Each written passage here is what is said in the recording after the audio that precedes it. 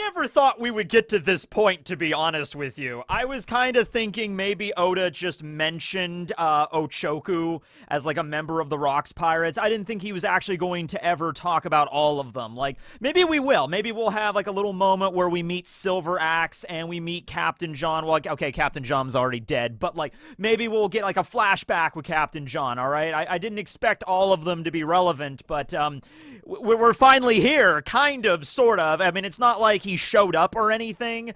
You know, he was just offhandedly mentioned by Blackbeard, but even so, today, it has finally happened. We are making a solid, dedicated video about Wang Zhi. Okay, here's the deal. I know you're all expecting me to scream the name, okay? And I know a lot of you are like, please don't scream the name. It's just going to be through the whole video. Okay, here's the deal, all right? I'll compromise with you, all right? I will yell Wang Zhi 3 times in this video. I'm not going to tell you when. It's just going to happen whenever, okay? But I have 3 of these, and that's it, all right? Every other time, I'll just say his name normally, like Wang Zhi or Ochoku, which, you know, Wang Zhi is the Chinese, and then Ochoku is the Japanese. Technically speaking, the correct way to pronounce his name in Chinese is Wang Zhi. But anyway, Wang Zhi! All right, I burned one of them already, so now we only got 2 left, okay? We got 2 left. A spider just lowered itself from my windowsill. It is now staring ominously right at me. Like, oh my god, it's staring right at me. Like, it literally just dropped from the window, and now it's just sitting on my windowsill, just staring at me.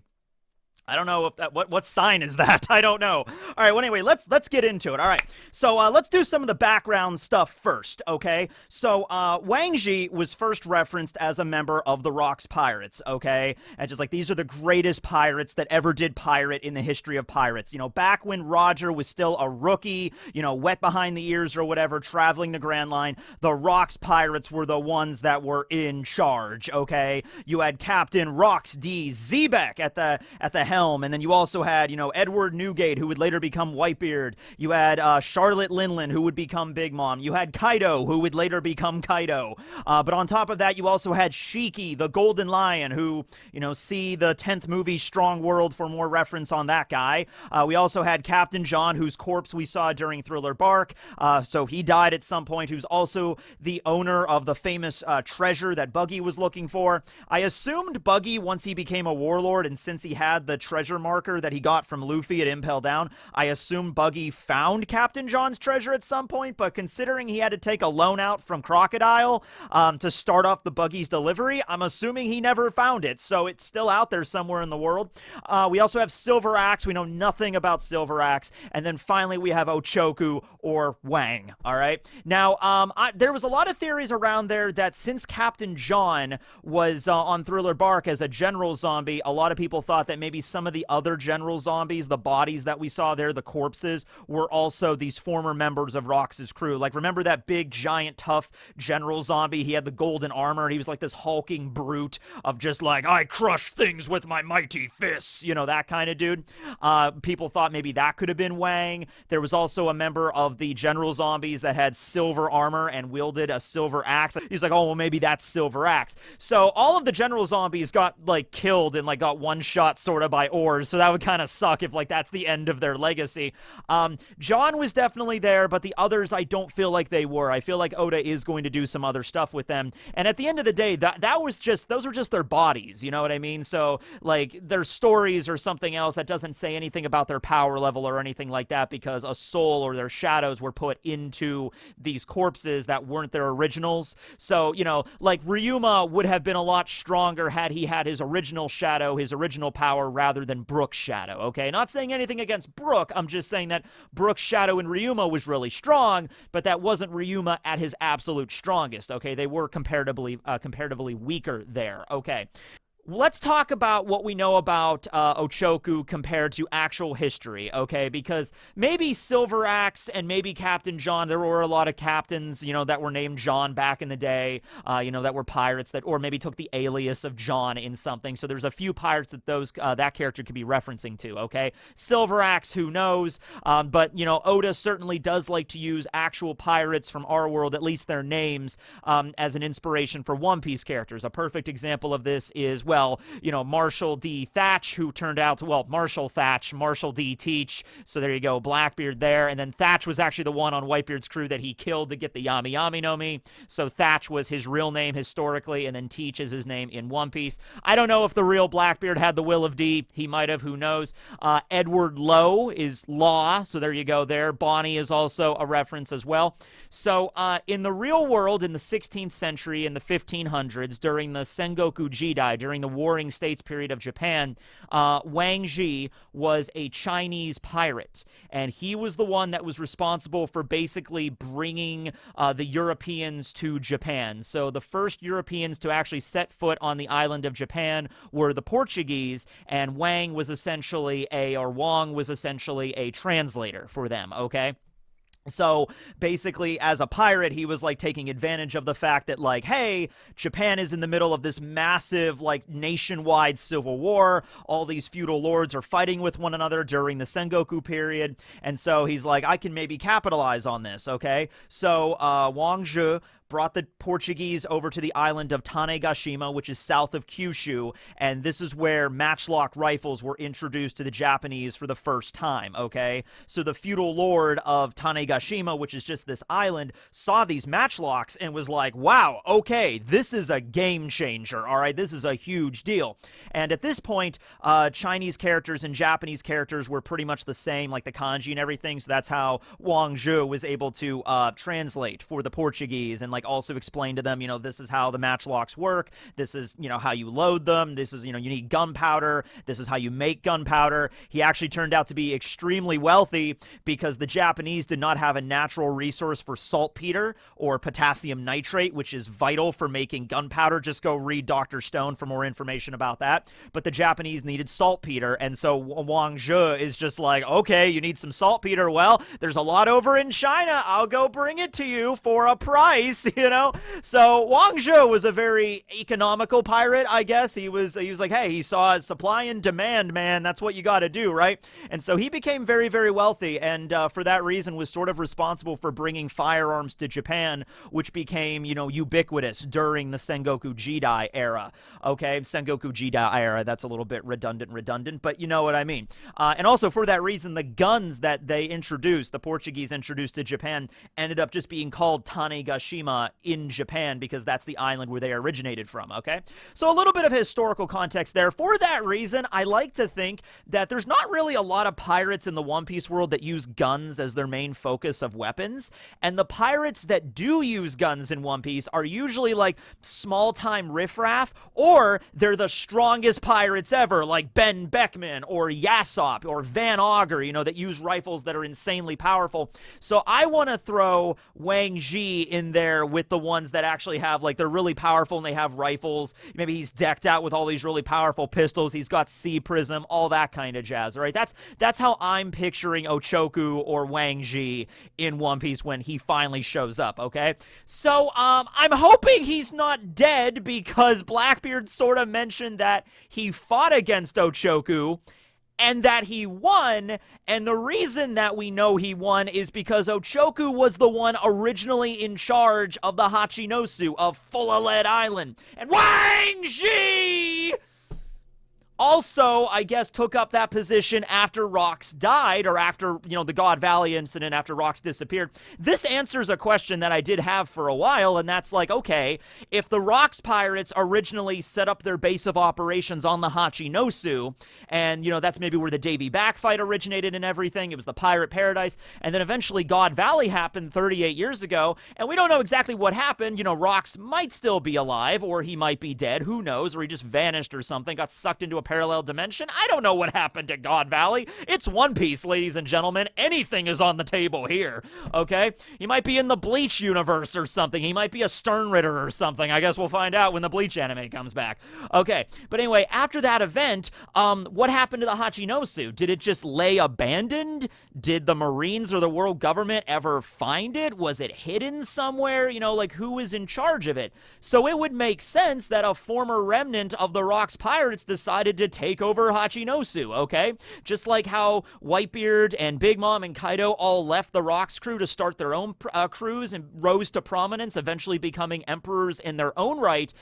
You also had Ochoku, who I guess decided, you know, like, I don't want to be an emperor necessarily, but I am going to rule over Rocks' old home base, the Hachinosu, okay? And then, honestly, I started to think about it, like, okay, maybe there might have been, like, maybe it might have changed hands a few times. Maybe after the events of God Valley, maybe Captain John set up shop in Hachinosu. Remember, it was stated the reason that Captain John died was because his own crew mutinied against him. So, you know, it was 38 years ago, and Blackbeard only took over the Hachinosu during the 2-year time skip, okay? So that means for 36 plus years, the Hachinosu had to be in the hands of somebody, and then it eventually got in the hands of Ochoku, and then Blackbeard defeated Ochoku, apparently with the help of Kobe. We'll get back to that. And then now Blackbeard is now the ruler of Hachinosu and is now a Yonko in his own right, okay? Well, what if, after God Valley, Captain John took over the Hachinosu, and he ruled over it for maybe a few decades or something? And, or at least a few years, and then maybe Ochoku showed up and he's like, hey, I lay claim to the Hachinosu. And Captain John's like, no, you don't claim it. I am the one that lives here. I'm the one that moved in first. And then maybe they had a Davy back or something. And so when they said that Captain John was mutinied by his own crew or killed by his own crew, maybe it's because Ochoku and Captain John had a battle. So the situation, of course, with a Davy back is that, you know, whoever loses their crew to the victor, okay? So Ochoku versus Captain John. Ochoku wins, gets Captain John's crew, and you know, Ochoku's a little bit more cold-blooded than Foxy was or whatever. So Ochoku's like, all right, I now have your crew, John. All right. You know, and then they just, you know, go and attack Captain John and they kill him. And maybe that's what happened there. Maybe Silver Axe got involved. Maybe Shiki got involved. We used to think that Shaki used to be part of Rox's crew, and I guess she still could technically be, but in the last chapter we found out she was a former Empress of Amazon Lily from 2 gens back, so that's something else to discuss in another video. Also, Miss Bakine, because we learned that Whitebeard and Miss Bakine, the purported mother of Weevil, was, you know, on the same crew as Whitebeard way back in the day, so maybe, you know, she was on the crew as well. Also, very well might have been the blonde lady that Higurashi turned into. Higurashi also might have traveled with the Rocks crew for a while. She's really old. Well, she's dead now, but you know what I mean? So, yeah, all these things kind of link up. They sort of make sense when you think about it, okay? So, no matter how it happened, Ochoku ended up becoming the ruler of the Hachinosu. And we never really heard about it, but I wonder if it's a situation kind of like with Rayleigh at the Sabaody Archipelago. Because there was a Marine that reported to Garp in that arc of like, hey, you know, Vice Admiral Garp, we've gotten reports that Dark King Silvers Rayleigh, the right-hand man of Roger, he's on the Sabaody Archipelago. And then Garp is just there just eating rice crackers or whatever, and he's just like, yeah, we've known that for years. yeah, of course we know. He doesn't hide himself. He's not exactly hiding under a bunker or something, you know. He's out there in the amusement park. He's buying cotton candy. He's gambling in the gambling houses. You know, everybody sees him walking around. What are we going to do about it, though? Because it's like he's Dark King Silvers Rayleigh. Yeah, he's old, but we can't exactly take that guy in without losing some of our finest Marines, all right? We could probably do it, but we'd have to, like, direct everybody to go after him, like, send admirals after him and shit. And it's sort of like he's not really hurting anybody, you know what I mean? He's not doing anything. He's not going out there and, like, you know, killing civilians or being a pirate. He's pretty much retired at this point, right? So, yeah, that's the reason they didn't go after Rayleigh. Maybe it was something similar with Ochoku. Ochoku was not an emperor. Ochoku was never mentioned to be one of the strongest pirates in the world up until recently when we found out that he was, like, a member of Rox's crew. He was never had any notoriety. He was never a warlord or anything like that, right? So, you know, that implies maybe Ochoku sort of just got, like, you know, complacent. He was just happy living in the Hachinosu. I'm sure they still did pirating things, but maybe he didn't want to make a big splash. Maybe he was getting older. We don't know how old Ochoku was when he was a member of Rox's crew. If he was, like, in his 40s or 50s when he was a member of the Rox crew, he'd be well into his 80s, into his 90s. You know, it might be a situation like with Rayleigh in the last chapter where Rayleigh said, you know, he's 78 years old. Blackbeard's in the prime of his 40s or whatever. And he's like, I don't know if I'd be be able to defeat Blackbeard in a one-on-one fight as I am now. I've gotten old. Well, what if it's the same thing with Blackbeard and Ochoku? You know, Blackbeard would not have stood against Ochoku for 2 seconds if it was in his prime, you know? But Ochoku, all the members of the Rocks crew are old at this point, right? You know, Kaido is the youngest, and he was in his late 50s, all right? Big Mom is 68, so she's getting up there. You know, Whitebeard was in his 70s when he died, so Ochoku's probably in his 70s, if not older, right? And so maybe he was just like, you know what? I'm retired. I'm sort of semi-retired. I'm still the great pirate Wang Zhi and all that stuff, man. I've been telling you what, One Piece needs more Wang. I've been saying this for years. But anyway, he's like, yeah, I'm just this grizzled old pirate that's just living on the Hachinosu, and this is all right. You know, it's not that bad. It's a rather tropical island. I have all the ale that I want to drink and all the meats and everything like that, and my crew will go out and pillage every once in a while, but for the most part, I'm retired, you know? And then all of a sudden, one day, Blackbeard shows up, and he's like, ah, Wang Zhi! Say ha ha ha ha! Come on out, Wang! And then he's just sitting there, and he's like, fetch me my scimitar! I'm going to war. He's like, his grandson is there. He's like, no, Grandpa, please, Grandpa Wang, don't go fight against the evil Blackbeard. You can't win. You're hip. He's like, stop it. I'm gonna go fight him. I got him. I'm gonna kick his ass. Okay. All right, there's my sword. All right. Okay. All right, get over here, Marshal D, whatever you are. I'm Wang Zhi. Oh, my hip. And then he fell, and then just like Blackbeard's just standing over him like, well, this is kind of depressing, whatever.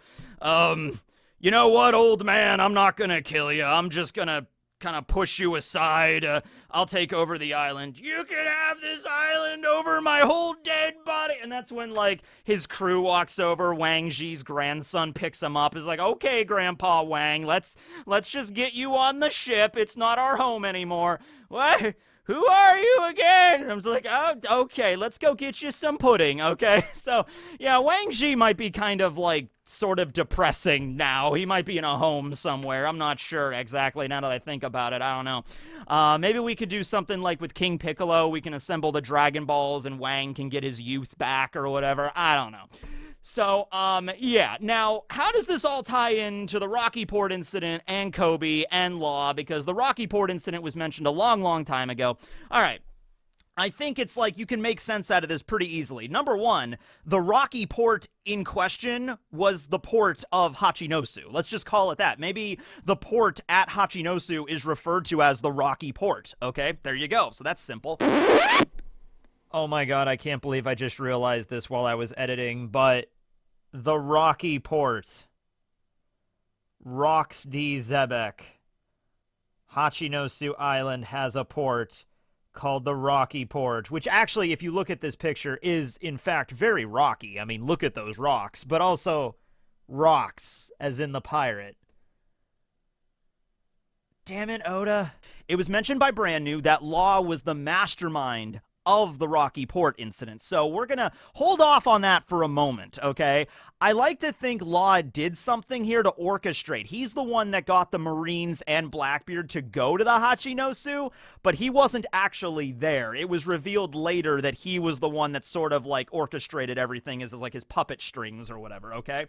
So at some point, though, we had Blackbeard arriving at the Hachinosu, and he was claiming it for his own. Now, Blackbeard's flagship is called the Saber of Zebek, so there's some connections to Rocks Zebek there. We don't know if Blackbeard is like Zebek's son, or if there's like a blood relation, or like adopted or something, or there is some connection to Zebek.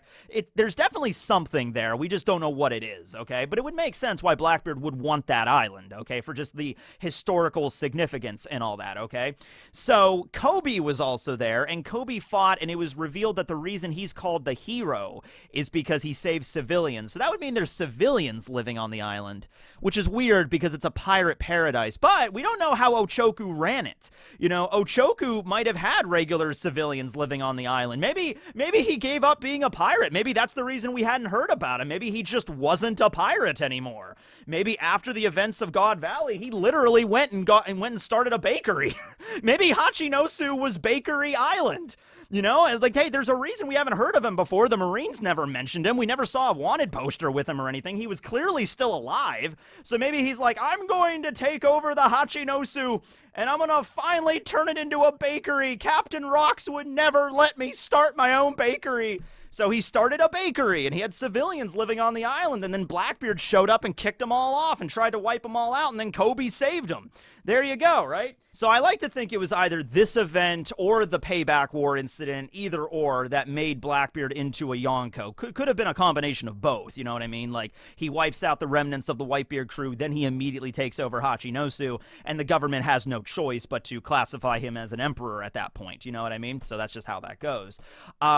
Kobe apparently helped him, and I'm not really sure how that went. I don't know, like, obviously Kobe would not have helped Blackbeard, like, hey, Blackbeard, I'm gonna make sure that Wang Zhi is defeated and you become the boss of Hachinosu, because you seem like a stand-up fella. And Blackbeard's like, Zeha, thanks, Kobe, we're best friends now. You know, so, I don't know, I think this is something going on with, like, you know, just the Marines being there, probably maybe divided Ochoku's forces, and maybe distracted him, maybe weakened him to the point where then Blackbeard could show up and defeat him. You know, it might have been... Blackbeard does tend to do that. He does wait until, like, the battle is near its climax and, you know, some of the people have already been defeated, and then he swoops in and deals the coup de grace. We saw him do that at Marineford, so he would probably do it again. So what if the Marines... What if Law orchestrated some reason to the Marines? Like, because he was... Let's say Law was a warlord at this point, okay? So let's say Law was already a warlord. The reason he became a warlord is because he shipped 100 hearts of pirates to the Marines. So that was maybe an unrelated incident to the Rocky Port, okay? So Law becomes a warlord, and the whole point of being a warlord is, like, you're on the government payroll, you're a privateer, basically. So what if he goes and reports to the Marines, like, hey, this is Warlord Law here? Some major shit is going on at the Rocky Port. You know, there's civilians that are being attacked by Ochoku, this evil pirate that's a remnant of Rox's crew. And he's like, oh no, Rox's crew is back. Oh yeah, maybe Law was just lying. Maybe Ochoku was an old man that was retired and he had no interest, but I mean, Law lied about it.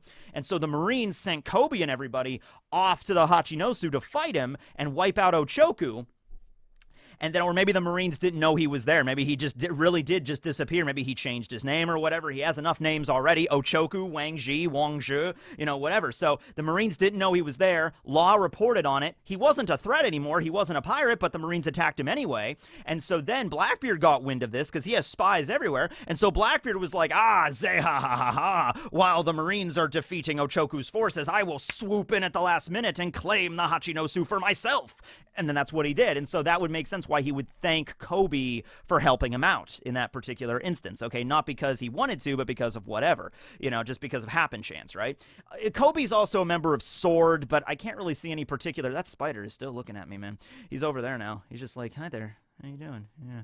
But anyway, yeah, so I'm not really sure what's up with that, if Sword had anything to play in this. I think Sword has a play in it right now because Kobe was taken by Blackbeard, and, you know, Aokiji's working for Blackbeard, and so Aokiji, I think, is also part of Sword. So I think there's something going on with that right now, that Kobe and Aokiji are going to work together and try to take down Blackbeard from the inside, just like how Drake tried to take down Kaido from the inside. That seems to be the whole goal of Sword, you know, getting close with a Yonko and then, like, stab him from behind or something, from internally, okay? So that's the situation there. Now, is Ochoku still alive? I hope so, guys. I hope so. I just want to see some Wang in One Piece. That's all I want, okay? I want to see Wang Zhi's character, even if it's just a flashback. I don't care, but I want to see this at some point, okay? And then everything will be fulfilled, and that's it. I don't even care what the One Piece is at that point. Actually, you know what? The One Piece was the Wang Zhi that we met along the way. That was what the One Piece was this whole time. Yeah. Were there any more jokes I wanted to make about Wang? Actually, there's a lot more. Holy crap, there are so many jokes. Okay, but we can't go through them all today, all right? But we'll get to them later if he ever makes a relevant point in the story after this, okay? So, yeah, that's the situation I'm thinking about right now. Did Wang have a devil fruit? I have no idea. Maybe Blackbeard would have attacked Wang in order to get a devil fruit power that he didn't have previously. Maybe Wang Zhi had the Kitsune fruit that Katarina Devon has now. Maybe, it's possible. That's a pretty rare fruit. It's a mythical zone, so, I mean, having, you know, members of Rox's crew having it, of course, that would mean that Wang is dead now, and I don't want to go with that, so let's just say that he didn't have a devil fruit and call it a day. All right, well, anyway, yeah, that's the video, but don't worry, there'll be a lot more videos about Wang Zhi in the future. So we have a new animal fact episode for you, and this is going to be by popular demand. There were a lot of them. I saw a lot of moose facts, and moose are certainly cool. But I decided to go with monkey facts because I guess I like Donkey Kong. But wait, is Donkey Kong a monkey or an ape? So let's clarify that right out of the gate, okay, with our new monkey facts. Ook, ook.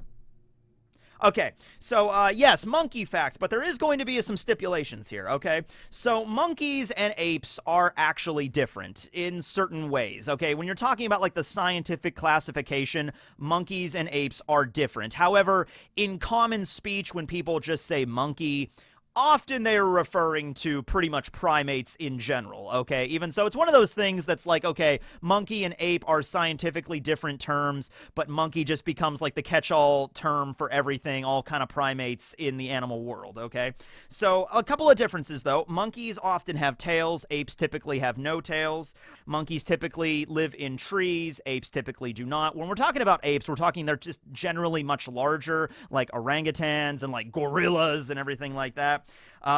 Chimpanzees are also part of apes, which are also our closest living relative genetically. So at the end of the day, the ape line ended up becoming, you know, Homo sapiens.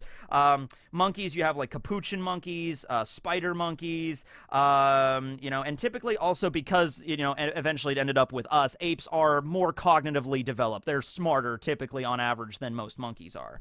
Monkeys are still very intelligent. Apes tend to have longer arms like orangutans, so they tend to swing across trees more often. Monkeys actually have an anatomy that's more similar to like cats, so they might walk around like on all fours and stuff, but more similar to a cat rather than apes that will like swing on the trees and stuff, okay? Also, primates, which is like the larger scientific term that covers both monkeys and apes, also includes like lemurs as well, and like eyes and stuff like that, okay? So just a little bit difference, but when it comes to these monkey facts we're going to be talking about for the letter M, I'm going to cover all of primates. So we're going to have monkey facts, we're going to have ape facts, and we might as well have lemur facts and primate facts in general, okay? There'll be a lot of stuff to cover in this one, so yeah, hold on to your tails for monkey facts. Ook, ook. Alright, that'll be the video. Thanks for watching, everybody. Tekking, signing out. By the way, I lied. Wang Zhi!